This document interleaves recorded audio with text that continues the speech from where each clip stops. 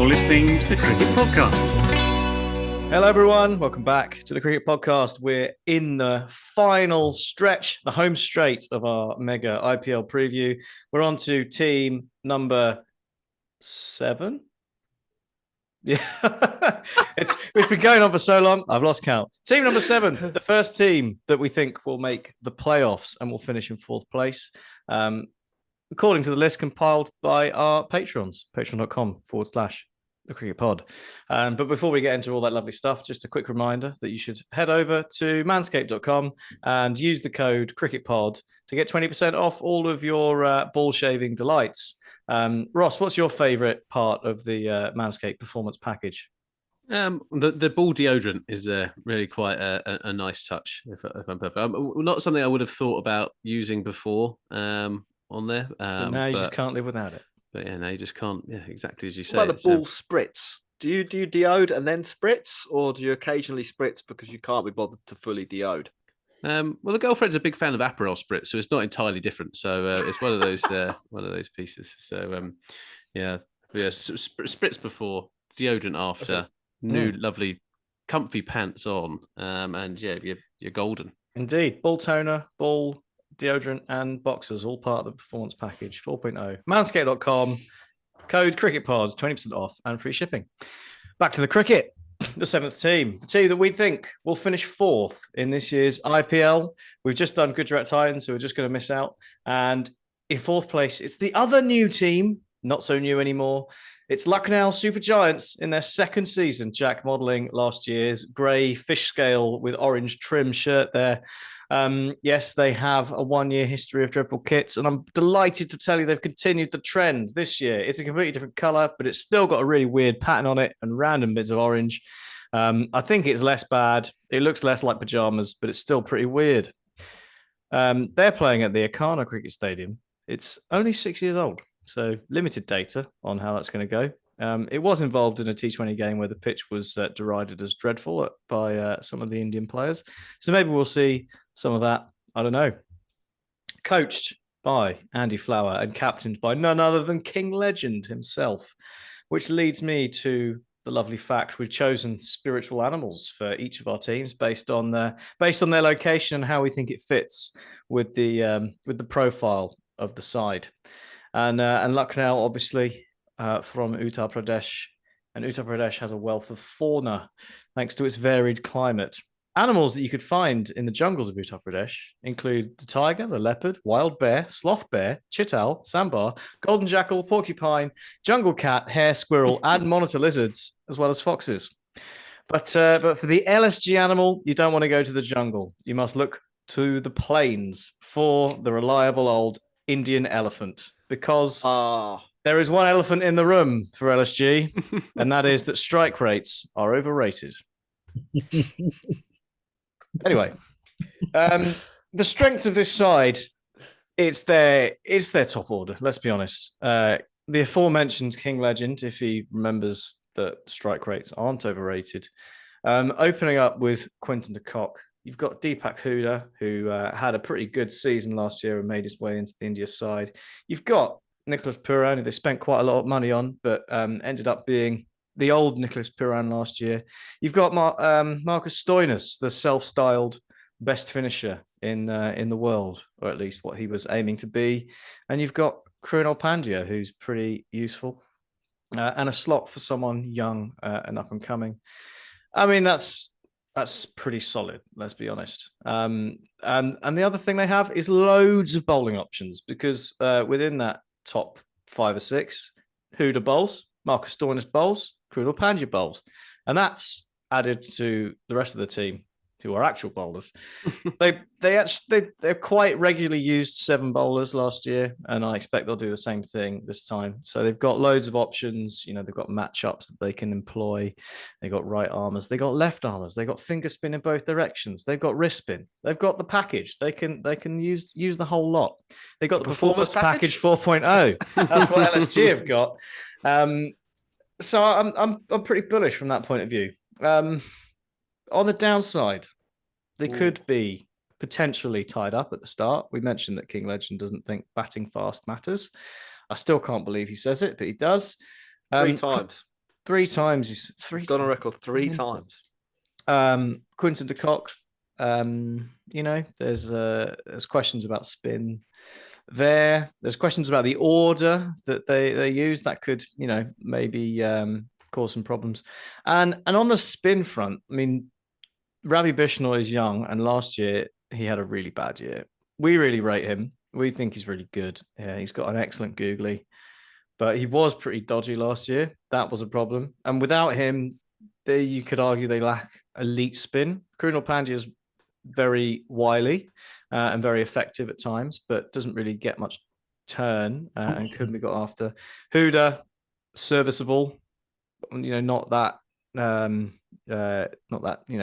doesn't cut through that well, which leaves a lot on the shoulders of Bishnoi, who's young and will be trying to fight his way back into form. So there's potential risks there. Before I go on to the 11 that I put together, where do you guys sit on Lucknow? Who goes first? Well, you've spoken, Jack. Go for you. Ross. No, I'm going to go first. I like this. I like this lineup, and it's one of those pieces of they're hoarders, and that's what I like. There's so much talent in this team that so many of the others would actually like, because they're just like, we're going to buy all the arounders, and you can see what you're going to try and do. They've got enough up top, I think, in KL Rahul, Quinton de Kock. I think that's a solid opening pair, right hand, left hand. I think Puran in the middle. I thought he had a decent season last year, actually. I think he struck about 140 or over 140, which is solid. There's a bit of stat padding in there, but let's forget about that. He's a good spin hitter. Stoinis is also a very useful player. And I think with the kind of Huda Pandya piece, they're just so well set, from 1 down to 6. I think where it becomes a bit more tricky is the bowling lineup. But even then, they've got some really solid options. Whether Daniel Sams plays, Mark Wood, I'm not going to be convinced he's going to play loads, but I hope that he does. Even Naveen or Hack is a nice option and a decent pickup for them, I thought. So yeah, I'm bullish on these guys as well. Who am I not bullish about? You're just so optimistic, Ross. Just a natural optimist. I don't mind them as well. I think there's a lot to like, or enough to like about Lucknow to think that they have got a real chance of making it to the playoffs. I do think that the batters make sense in the order that they come in. KL Rahul says a lot of weird things. It's a hallmark of KL Rahul.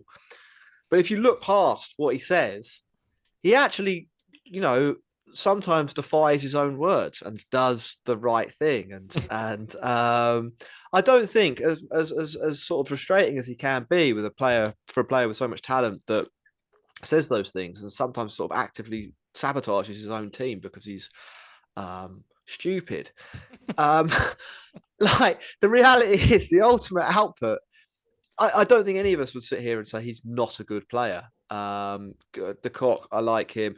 Huda, I'm not completely sold on, I will say that, but he had an okay last year. Puran Stoid is fine. I mean, like, it's I think it's good. Then like you say, there's bowling options deluxe galore. And then there's bowling options in the bowlers as well. Like, it's pretty good. I'd be reasonably happy with this. I think there's a couple of fail points. If Bishnoi doesn't get better, then that leaves him maybe slightly in the lurch when it comes to spin. But I think that he will. And I think last year, I think they just missed out on the playoffs, didn't they? I think they were a little bit unlucky. I think they put together a better team than Gujarat Titans, the team we just did, and it will be the switcheroo in terms of new teams that make it through to the playoffs. Yep.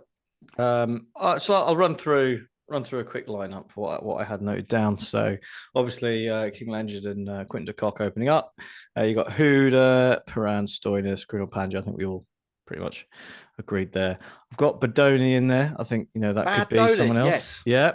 Bad Dhoni. That could be Krishnappa Gautam if you want to have another bowling option in your batters. There's shape for that.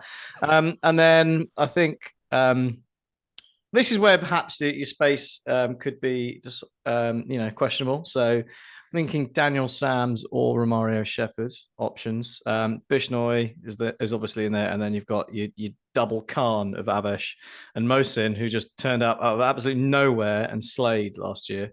So maybe he won't be as good last year. That's a possible issue. But they've always got Unad Cap to plug the gap. But I mean, it's pretty solid. Lots of options. I think, like you mentioned, Ross, they've got Naveen as a backup. I mean, I can't see him coming in that much, just because I think similarly with Mark Wood, you're going to have to lose a batter to get them in. And then maybe they do, even though that top order is quite good, they do maybe end up with a slightly elongated tail. Sort of you kind of get to the end of the batters and then it just kind of cuts off a little bit, which might be an issue. That's why I would say Shepherd or Sams is like probably your first choice in there. But I mean, overall, it's a pretty well balanced side. You've got a bit of death bowling in there.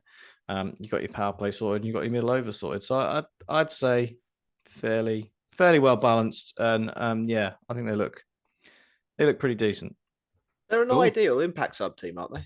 Isn't that what we're saying? Exactly the same thing. Okay, well you say it because I've done my point on them. Yeah, you look at Badoni as a potential impact player. You look at Kay Gautam as a potential impact player who can bowl a bit of match-up spin, but also smash it from ball one.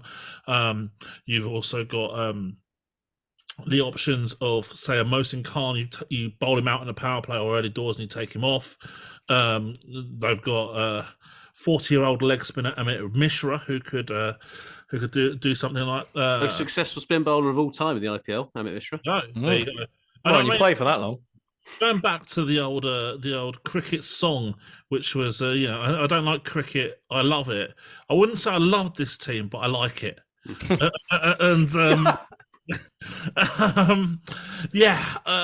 think there are holes. There are holes, definitely. I look at them as an impact sub team, as you said, and I think that they've got kind of think tank, which is probably one of the smarter think tanks. I really rate Andy Flower as a coach compared to the average T20 coach, and I think that they're probably going to be really one of the better teams in terms of using the impact role to their advantage. Now, one of the things that Andy does is that he's got a bit of a hallmark of liking a lot of batting depth, liking a lot of all rounders. We see the potential there with this in terms of the Huda, the Stoinis, the crew now in the top six. But then you've also got some really awkward, I think, decisions to make at sort of 7 and 8. Who do you go with that? Do you go with the Prerak Mankad, who's maybe a bit more of a genuine all-rounder at 7 as opposed to batting or bowling all-rounder? Do you lose Mark Wood to extend your tail and then bring in a Romario Shepherd or probably more likely a Daniel Sams? I think Maxi might have mentioned that already. But these are the decisions that I think they're going to have to make. And the impact sub as well will be critical on them. The downsides for me in this group, I would say, would be Avesh Khan's really the only sort of predominantly death bowler in this likely starting 11. If Bishnoi has a bad year, we're really relying on Amit Mishra to step up in his 40 as a replacement. Leggy, and I think they've got bowling options, but that sort of 7 and 8 spot, I think getting that right, I think, is massive for them.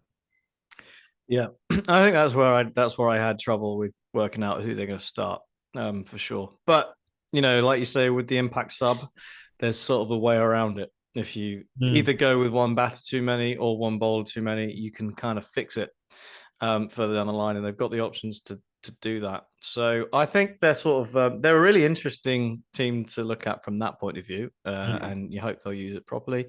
And I'd say they're a pretty well put together, if slightly imperfect side, and I think they'll be good. But I think we've got them.